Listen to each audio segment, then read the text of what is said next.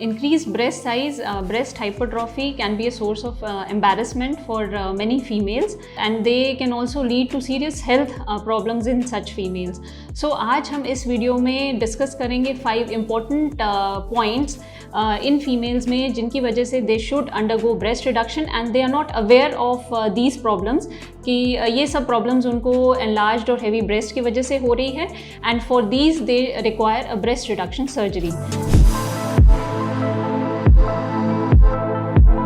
Hello friends, I am Dr. Hina Kudyar, cosmetic and plastic surgeon, director and co-founder of the Escalpia Clinic at GK1 New Delhi. So, आज इस video में हम उन कारणों की बात करेंगे जिनकी वजह से फीमेल्स को ब्रेस्ट रिडक्शन सर्जरी की रिक्वायरमेंट होती है.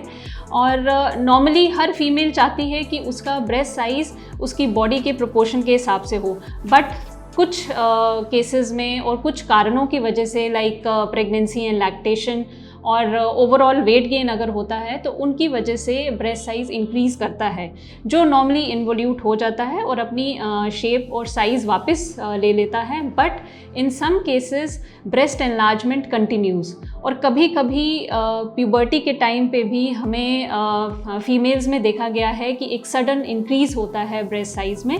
तो इन सब रीज़न्स की वजह से एक हैवी और एनलार्ज ब्रेस्ट हो जाती है कुछ फीमेल्स में, और जो कि चेस्ट लेवल जो हमारे एब्डोमेन तक भी कई बार पहुंच जाती है, और उसको हम जाइगैंटोमैस्टिया कहते हैं.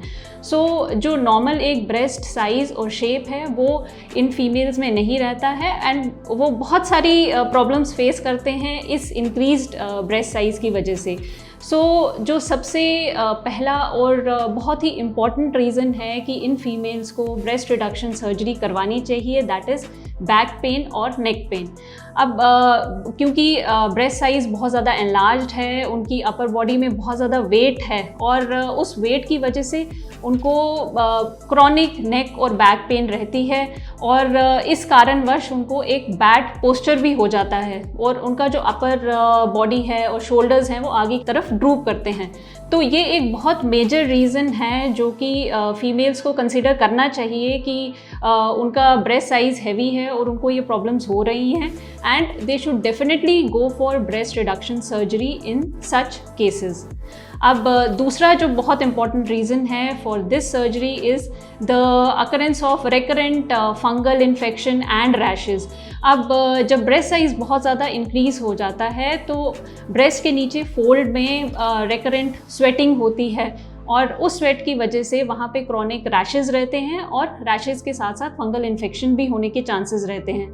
तो ये भी एक बहुत ही रिकरेंट और क्रॉनिक प्रॉब्लम बन जाती है इन फीमेल्स में इंक्रीज ब्रेस्ट साइज़ होने के कारण, and they will definitely benefit from breast reduction surgery अगर उनको ये प्रॉब्लम हो रही है due to excessive increase in breast size.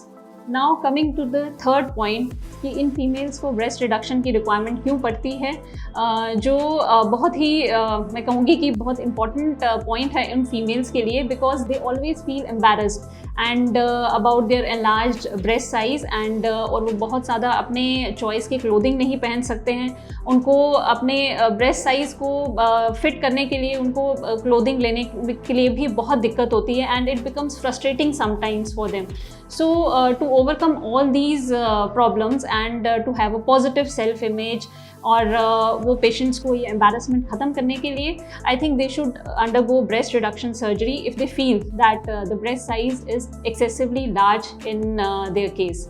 Now, the fourth point is that they are not able to carry out their normal routine activities.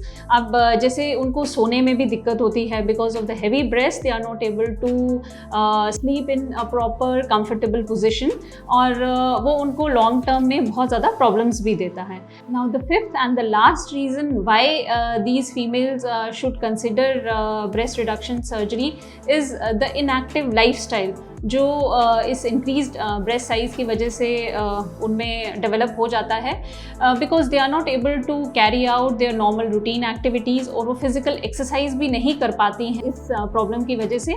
So after surgery अगर वो breast reduction करवाती हैं, they can opt for an active lifestyle और अपने lifestyle को improve कर सकती हैं with the breast reduction surgery. So now, after knowing the reasons for breast reduction, I think you must be clear. तो आप इनमें से कोई भी अगर आपको प्रॉब्लम आप फेस कर रहे हैं due to the enlarged breast size, then you can definitely consult a board certified plastic surgeon for that, and आप अपनी सारी प्रॉब्लम्स उनके साथ डिस्कस कर सकते हैं. Now I will just talk about in short कि breast reduction surgery में हम करते क्या हैं. breast reduction surgery में बेसिकली हम breast tissue, skin, जो एक्सेस ब्रेस्ट टिश्यू और स्किन है उसको हम एक्सरसाइज करते हैं according to your body proportion, और आपको एक नेचुरल और अप्रोप्रिएट साइज़ का ब्रेस्ट हम देने की कोशिश करते हैं with the best possible results.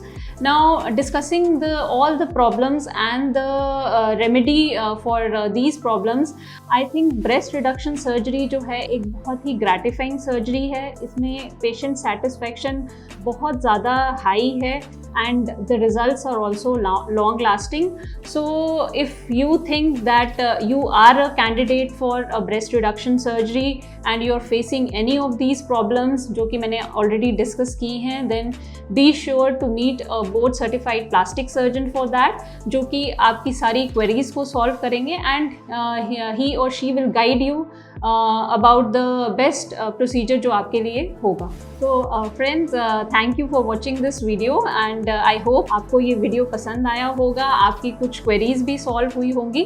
But still आपको लगता है if you want to share more with us, want to talk to us, then you can write to us, you can mail us. आप हमारे YouTube चैनल को भी subscribe कर सकते हैं जहाँ पे आपको बाकी कॉस्मेटिक प्रोसीजर्स के बारे में भी काफ़ी नॉलेज मिलेगा, and you can press bell icon for the latest notifications.